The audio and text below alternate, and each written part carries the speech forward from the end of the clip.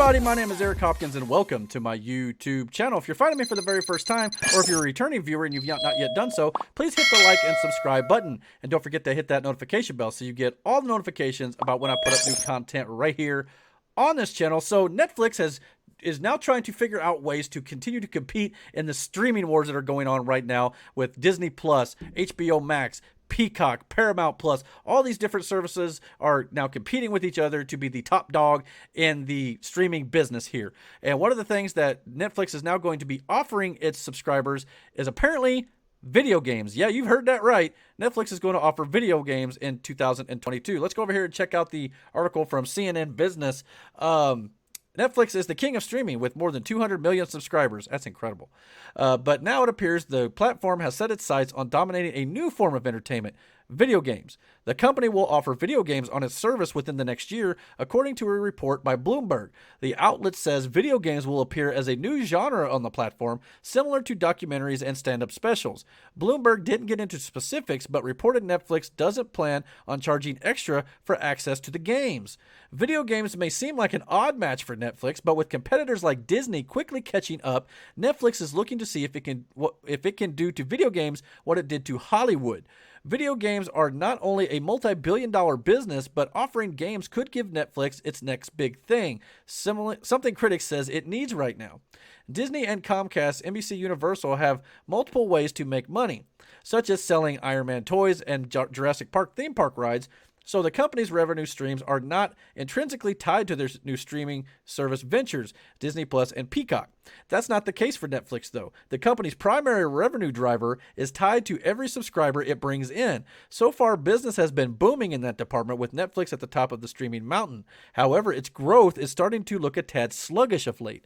The streaming service reported in April it has 208 million subscribers globally after adding 4 million in the first quarter of 2021. That number missed expectations, and the forecast for its next quarter, which the company reports next week, were also pretty lackluster. The company has been looking to diversify, and video games could be a smart way to do that. The world of gaming isn't completely alien to Netflix. The company announced a video game based on its hit original series Stranger Things in 2019. Netflix has hired Mike Verdu to be its vice president of game development and help the company with its gaming efforts. Verdu has a solid pedigree in this world since he was once the vice president of content at Facebook Reality Labs, overseeing that company's virtual reality offerings. He was also the senior vice president of mobile for Electronic Arts, or EA, one of the most significant names in gaming. Netflix has proven time and time again that it can find success by offering its customers new forms of entertainment. However, buyer beware when it comes to video games. Other companies have tried and failed to make streaming video games work. Google, for example, said in February that it's done making video games less than 2 years after launching Stadia, its new video game platform. Amazon's game strategy with Crucible, its Fortnite-esque free-to-play game, also wasn't a success, nor was its Luna streaming video game platform. So yeah, I don't know a whole lot about how some of these other failed, platforms like Stadia or Crucible or any of that, how all that works. I don't know how you would literally do video streaming games, or part of me is like, do they just put the video games on Netflix and maybe you sell controllers to subscribers and I don't know how that works. Maybe it's just a separate platform, kind of like just capitalizing by putting their Netflix name on it. That could be a thing too. And if you have a subscription to Netflix, you have access to, downloadable games. That could be also a way to do it. I'm not totally sure how all that's going to work out, but it's just interesting to me that this is where we're going now in the streaming wars. We're now looking for ways to compete. I get all that. And of course, like the article mentions, Netflix, this is their main, revenue stream. They don't have parks. They don't have merchandise toys. Now, I guess you could get merchandise toys for your original content like Stranger Things. I don't see what's stopping them from doing that. Maybe there's some, studio rights or things like that. Those people who make those content, and maybe Netflix don't have the rights. That's probably the case.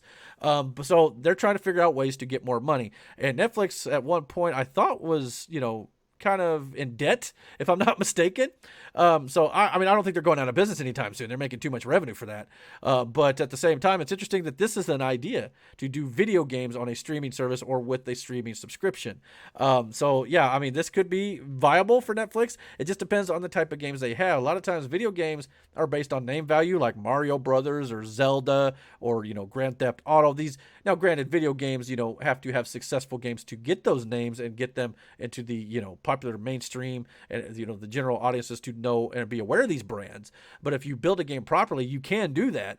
It's just not always breaking into that business. So this may not be a viable option for Netflix. I don't know how this is going to work personally. I'm not super interested in it because obviously I have a hard enough time finding time to play the video games I own on PlayStation or my Nintendo Switch, and which I do enjoy doing. It's just a very competitive market to get into, and I don't know if there's a whole lot of room for Netflix to do this unless they maybe want to corner the mobile games market, because you can obviously add that to maybe the Netflix app on a mobile device, and maybe you can do things like that. But for me personally, I don't know if this is something that I'm personally interested in, but it's going to be interesting to see how this happens and how they do it, and who knows, maybe it'll be a big hit. Netflix revolutionized the way Hollywood distributes films. It's basically got rid of the DVD model, and the streaming model is now basically the way to go when it comes to releases after the theatrical window, and sometimes even day of nowadays, as we're getting with some HBO Max releases and Disney Plus themselves.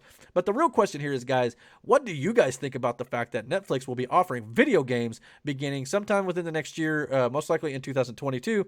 Please comment down below, let me know, and don't forget to hit the like and subscribe button. And don't forget to hit that notification bell so you get all the notifications about when I put up new content right here on this channel. And until my next video, guys, take care.